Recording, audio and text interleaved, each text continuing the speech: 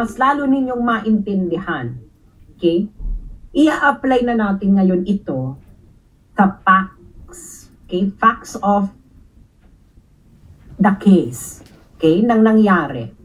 Ito ang sunod-sunod na pangyayari. Inaresto si Digong, correct? Granting, sabihin na natin for the sake of argument na may jurisdiction ng ICC, inaresto ninyo sa bisa ng warrant of arrest ng ICC. Huwag niyo akong paikot-ikutin na dahil sa Interpol.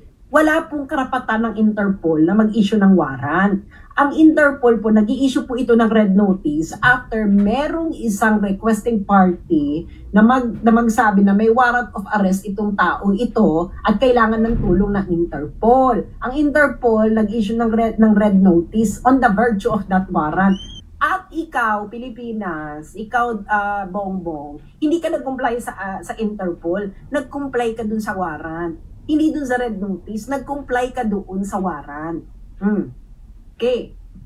Sabi mo, inaresto si Digong. Okay, nag-comply yan sa Article 59.1 ng ICC statute. Arrest the accused. Check. Anong second step nila? Dinala sa Villamor Air Base. Anong step 2 sa ICC statute? Iharap ang akusado sa competent judicial authority ng custodial state. In other words, Pilipinas. It's Article 59.2. Okay. Nag-comply? Aba, kahit grade 5, maintindihan ko anong difference ng Villamor Air Base at competent judicial authority. Wag nyo naman ka-illegal calisthenics. Ang layo naman ng Villamor. Kailan naman naging competent judicial authority ang Villamor Air Base? Yung mga sundalo at polis. Oh, mali ba ako? Sabihin nyo sa akin, baka nagbago na. Baka nagbago na talaga ang Pilipinas. Na ang Villamor Air Base ay bigla ng competent judicial authority. Anong next step ninyo? Isinakal sa eroplano. Anong next step pagkatapos? Anong next step ayon sa batas na nanaayon sa ICC proceedings? Ang competent judicial authority susuriin ang warrant process at kung nirespeto ba ang karapatan ng accused. That's Article 59.2. Complied? No. X. Umalis ang eroplano ng Pilipinas. Yun na yung final step ninyo. Ang next step doon, ang akusado ay pwedeng humiling ng interim release sa competent judicial authority. So, iyaharap nyo muna siya, i-assess muna ng judicial competent authority lahat ng mga nangyari, and then, ang akusado ay magre-request ng interim release. Karapatan niya yun. Nasa ICC statute yun. Huwag nyo ibase sa feelings ninyo. May batas po. Nandun yung batas, may procedural Wala akong pakialam sa mga drama. You cannot pick and choose kung ano yung steps ninyo dito. Hindi ito dance revolution. Kahit nga dance revolution, kailangan mo mag-follow ng steps. Ngayon, ang dami na naman nilang mga ebas. Akala nila hindi ako handa sa mga kaebasan nila, no? Sabi nila, hindi na naman member ng ICC ang Pilipinas, kaya hindi na applicable ang Article 59. Una-una, sabihin ko lang na yung mga nagsabi niyan, ang nagpapatunay na ang average IQ ng mga Pilipino ay 81. Kung hindi ka na member ng ICC, at sinasabi mo na yung batas ng ICC hindi nag-a-apply sa Pilipinas, so anong basis mo ng arrest? Nagigets ninyo? Sabi nung iba, hindi na raw applicable ang Article 59 na binasa ko kanina sa Pilipinas dahil hindi na raw member ang ICC. Kaya daw dapat si Digong ay ilipad. Ilipad saan? So anong basis mo na kukunin mo si Digong, ilalagay mo sa plane at ililipad mo palabas ng Pilipinas? Paki-explain. Wala, diba? Doon pa lang, safe lang ka na. Kung hindi na member, bakit, anong basis mo na tinanggal mo si Digong? Hindi naman voluntary si Digong na sumama sa airplane. He was arrested by Torres live in front of the Filipino people. Tapos sabihin mo, hindi inaresto? O ano yun? Ano nangyari kung hindi siya inaresto? Ano ba to party invitation ba ang ginawa ni Torres? Meron bang party sa Netherlands? Sinabi ba ni Torres kay Duterte na, Digo, may party sa Netherlands? Ano, gusto mo may libreng aeroplano? Ganun ba nangyari? Hindi ganun ang nangyari. Oy, inaresto, you are the arresting country. So, susunod ka. Ikaw nga nag-arresting country. Okay. Ngayon, papatulan natin. Sabi daw, hindi member, hindi applicable. Okay. Ngayon, may nangyaring similar na ganito, no?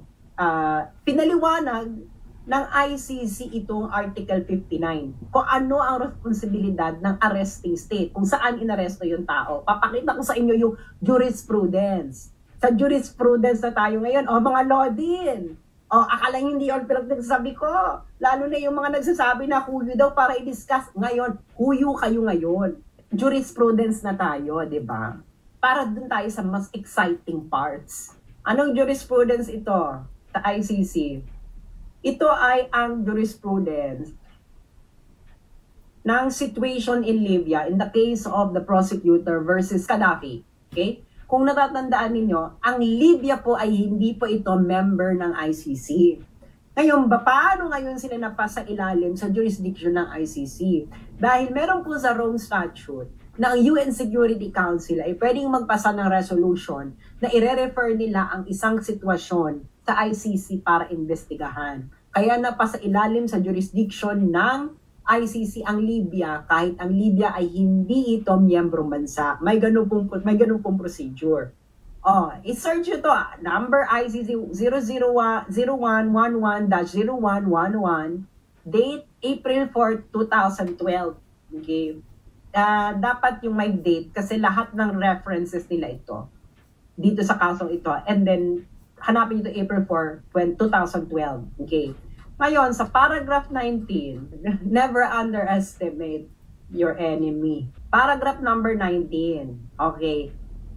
The chamber, ito yung pre-trial chamber ng ICC, recalls Libya's obligation to surrender Mr. Gaddafi to the court as of the day the warrant of arrest against Mr. Gaddafi was notified to the Libyan authorities. The chamber further notes that despite the chamber's request in its March 7, 2012 decision, the government of Libya has not informed the chamber hitherto of its decision to grant the surrender request. Okay? Absent any justification for postponing the execution of the surrender request, the government of Libya must therefore make its decision to grant the surrender request, afford Mr. Gaddafi the procedure described in Article 59 of the statute, which necessarily follows from arresting a person pursuant to a surrender request. And 3, start making arrangements in preparation for the surrender of Mr. Gaddafi to the court without further ado. Ano yung sinabi? Afford Mr. Gaddafi the procedure in Article 59 of the statute, which necessarily follows from arresting a person pursuant to a surrender request. Anong ibig sabihin yan?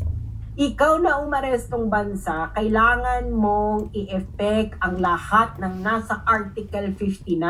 Libya na to hindi sila miyembro ng ICC. Kaya yung mga nagsasabi niyan, hindi na naman tayo member, ulul. It applies to the arresting state who would like to comply to the surrender request ng ICC. Kese hodang sino ka pa. Dito nga lang mas matindi dahil ang UN Security Council binigyan ng kapangyarihan ang ICC na imbestigahan ang Libya. So, ang basis ng jurisdiction dito ng ICC ay ang UN Security Council resolution.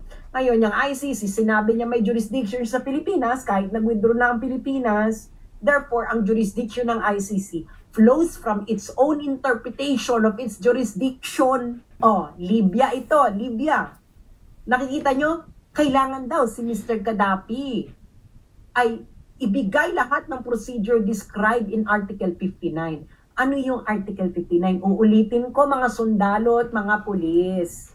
Okay? Na nakikinig sa akin. Kung gusto nyong magpaloko pa sa gobyernong ito, gawin ninyo, pero may mga taong matagal nang gising. Ito ang procedures ng Article 59. Arrest the accused, Article 59.2, iharap ang akusado sa competent judicial authority ng custodial state. Ang competent judicial authority susuriin ang warat, process at kung nirespeto ba ang karapatan ng accused. At ang pinakahuli, ang akusado ay pwedeng humiling ng interim release sa competent judicial authority. All these processes will happen where? Hindi sa Netherlands, Claire Castro. Sa territory ng arresting state. Ikaw na naman, Claire Castro, legal hallucination. Pati yung mga law din na iba. Legal hallucination. Plain language. Hindi ka po pwedeng mag-legal calisthenics kung plain language ang batas. Magli-legal calisthenics ka lang kung may ambiguity. Hindi ba? Actually, hindi rin.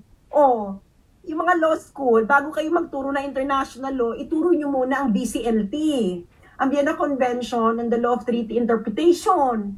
Dahil bago kayo magbasa ng international law, which are treaties, dapat alam nila kung paano magbasa ng treaty, which is based on another treaty, which is the BCLT. Tinatanong niya ako sa UCLOS. Ang tinanong ko kasi nga, subject daw sa international law subject nila, 5 units lang naman yun. Tinanong ko siya, tinuro ba sa inyo muna yung BCLT? Tinanong ako nung friend ko at magandang eskwelahan to ng law. Sabi niya, hindi. Sabi ko, paano ka mag-i-interpret ng treaty kung hindi mo muna pag-aaralan yung BCLT? Foundational yun. Naiyan sila yung kalidad ng mga to. Pag tinanong mo, wala na yan. That's actually BCLT was discussed during my first day ng international law class ko sa Leiden University. No kidding, first day. Because you cannot proceed with understanding international law without understanding first BCLT. Okay, di ba? Hindi nyo sinunod. Ano sinusunod yung batas? So ngayon, okay. Ngayon meron namang umeksena. Alam niyo naman maraming eksena. Handa na nga ako sa lahat ng eksena. So, pero ipapakita ko yung eksena. May nag-report lang naman sa akin ng may umeksena. Okay. Hindi na, wag niyo siyang bebenggahin Pero kasi siya yung nag-report ng eksena. Okay. Share natin. Tayo naman, handa ako dahil hindi ako sumusulong sa isang nireport niya. Sabi niya, merong same case si John Pierre Bemba, 2008, transferred din siya sa Netherlands by Belgium authorities without judicial review. Wala daw judicial review si John Pierre Bemba. Okay. Bibigyan ko kayo ng background kay John Pierre Bemba. Si John Pierre Bemba ay Congolese authority. Paano na rin siya napasakop sa jurisdiction ng ICC, UN Security Council resolution din. Yan kay Bemba. Okay. UN Security Council resolution ba yan kay Bemba? I-fact check nyo ako. Okay. Ngayon, itong mga to, wala daw judicial review yung kay Bemba. Inarrest kasi si Bemba nasa Belgium. Si Belgium, inaresto siya. Sabi dito na nag-comment, siguro napulot niya sa mga nagre-rebat sa akin, wala daw judicial review. Kaya, nag-proceed daw ang case because ICC daw prioritize justice over procedural technicalities. Kaya siya nag-proceed kasi nga lahat ng procedural technicalities sinunod ng Belgium.